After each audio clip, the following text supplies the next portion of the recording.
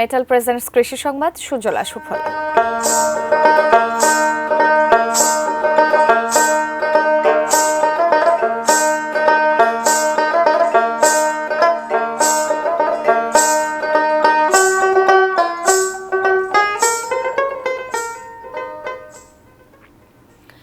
মৌসুমের শুরুতে জমে উঠেছে ঝালকাঠির আমড়ার বাজার।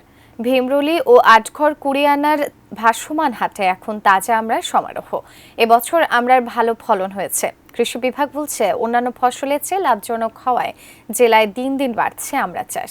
ঝালকাঠি প্রতিনিধি মোহাম্মদ মইনুল হক লিপুর তথ্য ছবিতে ডেস্ক রিপোর্ট। দেশব্যাপী বিপুল চাহিদা বরিশালের আমড়ার, যার বেশিরভাগই পূরণ হচ্ছে আসলে ঝালকাঠি থেকে। মূলত এখানকার বিখ্যাত ভীমরুলি গ্রামের ভাসমান হাট থেকেই সারা দেশে আমড়ার চালান যায়। প্রতিদিন ভোর থেকে দুপুর পর্যন্ত জমজমাট থাকে ভীমরুলি সহ অন্য হাটগুলো। দেশের বিভিন্ন স্থান থেকে আসা পাইকাররা আমড়া কিনছেন 1400 থেকে 1500 টাকা মন দরে। দর তুলনামূলক মোটামুটি ভালো, কিন্তু ক্ষতি হয়েছে আমাদের গাছ বন্যায় পড়িয়া। সারটার আমাদের বিনামূল্যে, আর যদি সুদ ক্ষতি হয়েছে আমাদের গাছ বন্যায় পড়িয়া। সারটার আমাদের বিনামূল্যে, আর যদি সুদমুক্ত ব্যাংক থেকে ঋণ দেয় তাহলে আরো ভালো হবে। এবার 1.5 লক্ষ টাকার বাগান কিনছি, হয়তো বিক্রি করলে 1,80,000 বা 2 লাখ হইতে পারে।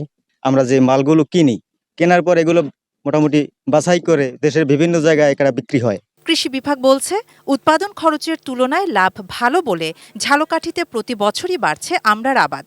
এভাবে কর্মসংস্থানও তৈরি হচ্ছে। কৃষি সম্প্রসারণ অধিদপ্তরের পক্ষ থেকে আমড়া চাষের উৎপাদন পদ্ধতি এবং এর যে রোগবালাই ব্যবস্থাপনা সম্পর্কে কৃষকদেরকে কিন্তু উদ্বুদ্ধ করা হচ্ছে, তাদেরকে প্রশিক্ষণ প্রদান করা হচ্ছে। এবছর ঝালকাঠিতে 602 হেক্টর জমিতে আমড়ার আবাদে প্রায় 6000 টন ফলন পাওয়া যাবে, যার অর্থমূল্য 15 থেকে 17 কোটি টাকা।